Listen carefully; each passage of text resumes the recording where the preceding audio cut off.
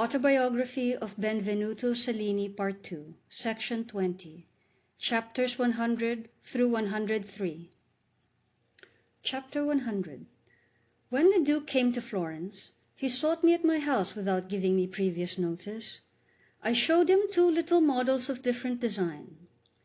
Though he praised them both, he said that one of them pleased him better than the other, and I was to finish the one he liked with care, and this would be to my advantage. Now His Excellency had already seen Bandinello's designs, and those of other sculptors, but as I was informed by many of his courtiers who had heard him, he commended mine far above the rest. Among other matters worthy of record and of great weight upon this point, I will mention the following. The Cardinal of Santa Fiore was on a visit to Florence, and the Duke took him to Poggio a Caiano. Upon the road, noticing the marble as he passed, the Cardinal praised it highly, inquiring of His Excellency for what sculptor he intended it. The Duke replied at once, "For my friend Benvenuto, who has made a splendid model with a view to it." This was reported to me by men whom I could trust. Hearing what the Duke had said, I went to the Duchess and took her some small bits of goldsmith's work, which greatly pleased Her Excellency. Then she asked what I was doing, and I replied, "My lady, I have taken in hand for my pleasure one of the most laborious pieces which have ever been produced. It is a Christ of the whitest marble, set upon a cross of the blackest, exactly of the same size as a tall man." She immediately inquired what I meant to do with it. I answered, "You must know, my lady, that I would not sell it for 2,000 golden ducats. It is of such difficult execution that I think no man ever attempted the like before, nor would I have undertaken it at the commission of any prince whatever, for fear I might prove inadequate to the task. I bought the marbles with my own money, and have kept a young man some 2 years as my assistant in the work.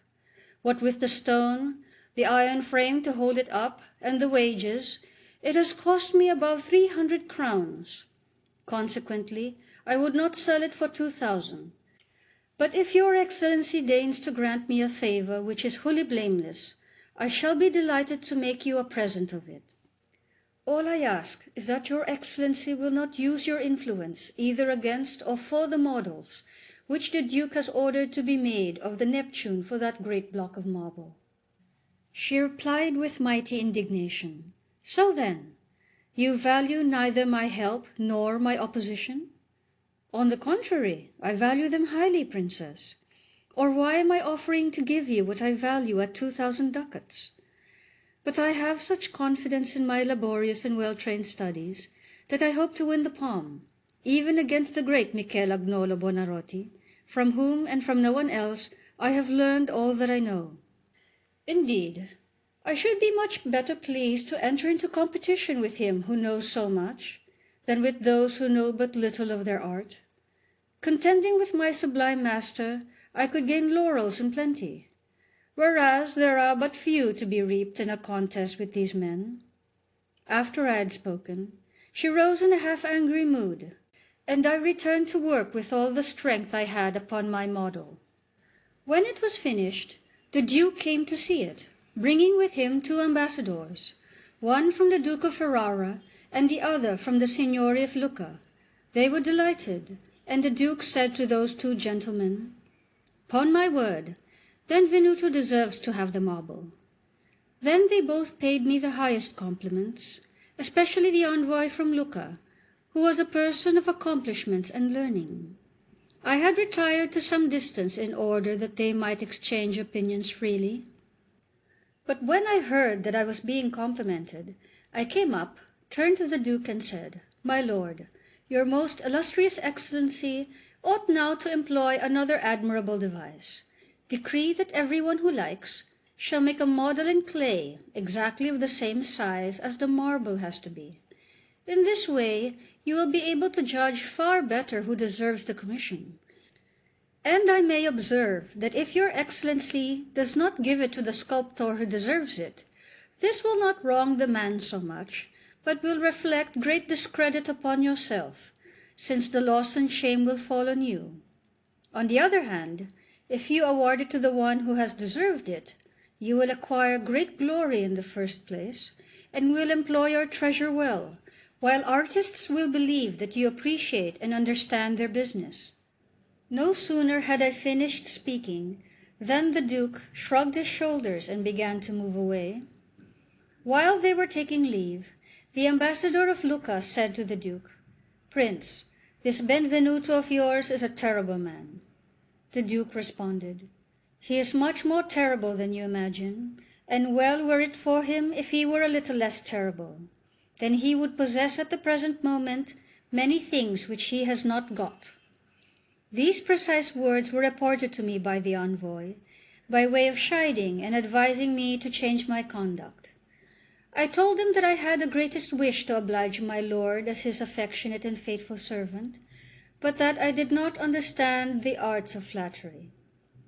Several months after this date, Bandinello died, and it was thought that, in addition to his intemperate habits of life, the mortification of having probably to lose the marble contributed to his decline. Chapter 101. Bandinello had received information of the crucifix which, as I have said above, I was now engaged upon. Accordingly, he laid his hands at once upon a block of marble and produced the Pietà which may be seen in the Church of the Annunziata. Now I had offered my crucifix to Santa Maria Novella, and had already fixed up the iron clamps whereby I meant to fasten it against the wall.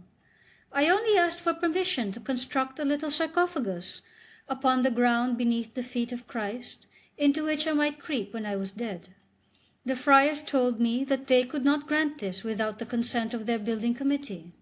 I replied, "Good brethren, why did you not consult your committee before you allowed me to place my crucifix?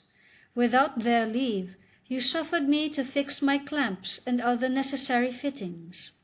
On this account, I refused to give those fruits of my enormous labours to the Church of Santa Maria Novella, even though the overseers of the fabric came and begged me for the crucifix. I turned at once to the Church of the Annunziata, and when I explained the terms on which I had sought to make a present of it to Santa Maria Novella, those virtuous friars of the Nunziata unanimously told me to place it in their church, and let me make my grave according to my will and pleasure. When Bandinello became aware of this, he set to work with great diligence at the completion of his Pietà, and prayed the Duchess to get for him the chapel of the Pazzi for his monument. This he obtained with some difficulty, and on receiving the permission, he erected his Pietà with great haste. It was not altogether completed when he died. The Duchess then said that, even as she had protected him in life, so would she protect him in the grave, and that, albeit he was dead, I need never try to get that block of marble. Apropos of which, the broken Bernardone, meeting me one day in the country, said that the Duchess had assigned the marble. I replied, "Unhappy piece of stone! In the hands of Bandinello it would certainly have come to grief, but in those of Ammanato its fate is 100 times worse." Now I had received orders from the Duke to make a clay model, of the same size as the marble would allow. He also provided me with wood and clay, set up a sort of screen in the loggia where my Perseus stands, and paid me one workman. I went about my business with all diligence, and constructed the wooden framework according to my excellent system. Then I brought the model successfully to a conclusion, without caring whether I should have to execute it in marble, since I knew the Duchess was resolved I should not get the commission. Consequently, I paid no heed to that. Only I felt very glad to undergo this labour, hoping to make the Duchess, who was after all a person of intelligence, as indeed I had the means of observing at a later period, repent of having done so great a wrong both to the marble and herself. Giovanni the Fleming also made a model in the cloister of Santa Croce, Vincenzio Danti of Perugia another in the house of Messer Ottaviano de' Medici. The son of Moschino began a third at Pisa, and Bartolomeo Ammanato a fourth in the loggia, which we divided between us. When I had blocked the whole of mine out well, and wanted to begin upon the details of the head, which I had already just sketched out in outline, the Duke came down from the palace, and Giorgetto the painter took him into Amanato's workshed. This man had been engaged there with his own hands several days, in company with Amanato and all his workpeople. While then the Duke was inspecting Amanato's model, I received intelligence that he seemed but little pleased with it. In spite of Giorgetto's trying to dose him with his fluent nonsense, the Duke shook his head, and turning to Messer Gianstefano exclaimed, "Go and ask Benvenuto if his colossal statue is far enough forward for him to gratify us with a glance at it." Messer Gianstefano discharged this embassy with great tact, and in the most courteous terms. He added that if I did not think my work quite ready to be seen yet, I might say so frankly, since the Duke knew well that I had enjoyed but little assistance for so large an undertaking. I replied that I entreated him to do me the favour of coming, for though my model was not far advanced, yet the intelligence of His Excellency would enable him to comprehend perfectly how it was likely to look when finished. This kindly gentleman took back my message to the Duke, who came with pleasure. No sooner had he entered the enclosure and cast his eyes upon my work than he gave signs of being greatly satisfied. Then he walked all around it, stopping at each of the 4 points of view, exactly as the ripest expert would have done. Afterwards he showed by nods and gestures of approval that it pleased him, but he said no more than this: "Benvenuto, you have only to give a little surface to your statue."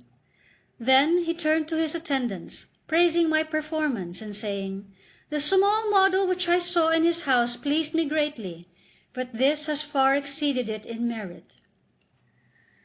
Chapter 102. It pleased God, who rules all things for our good, I mean for those who acknowledge and believe in him, such men never fail to gain his protection, that about this time a certain rascal from Vecchio, called Pier Maria di Anterigoli, and surnamed Lisabetta, introduced himself to me. He is a sheep grazier, and being closely related to Messer Guido Guidi, the physician, who is now provost of Pescia, I lent ear to his proposals. The man offered to sell me a farm of his for the term of my natural life.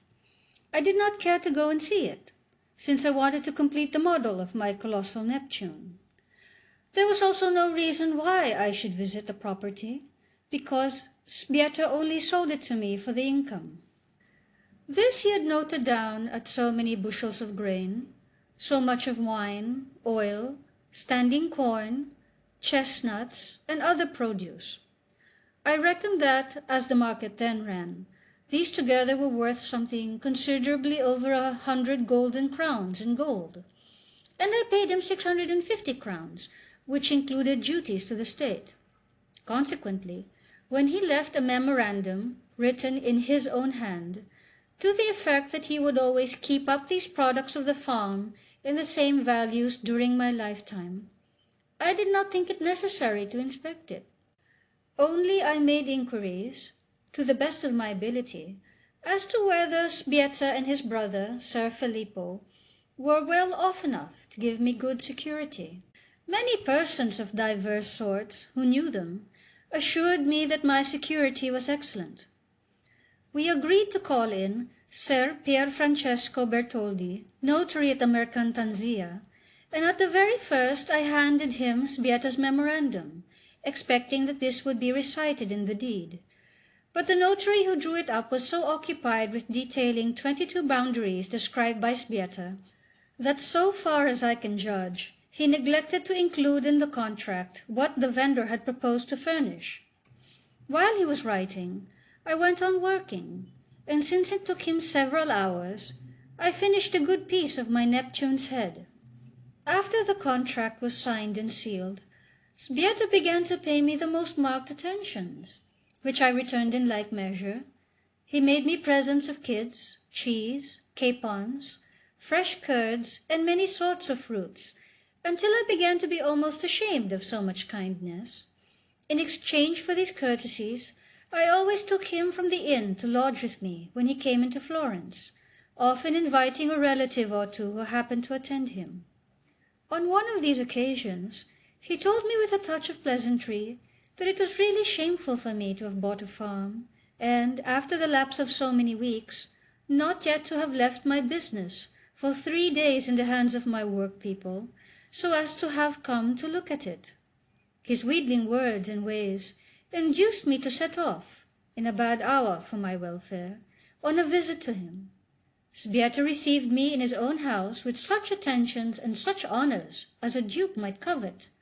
His wife caressed me even more than he did, and these excellent relations continued between us until the plans which he and his brother Ser Filippo had in mind were fully matured. Chapter 103. Meanwhile, I did not suspend my labours on the Neptune, which was now quite blocked out upon an excellent system, undiscovered and unknown before I used it. Consequently, although I knew I should not get the marble for the reasons above narrated, I hoped to have it soon completed, and to display it on the piazza simply for my satisfaction. It was a warm and pleasant season, and this, together with the attentions of those two rascals, disposed me to set out one Wednesday, which happened to be a double holiday, for my country house at Trespiano. Having spent some time over an excellent lunch, it was past 20 o'clock when I reached Vicchio. There, at the town gate, I met Ser Filippo, who appeared to know already whither I was bound.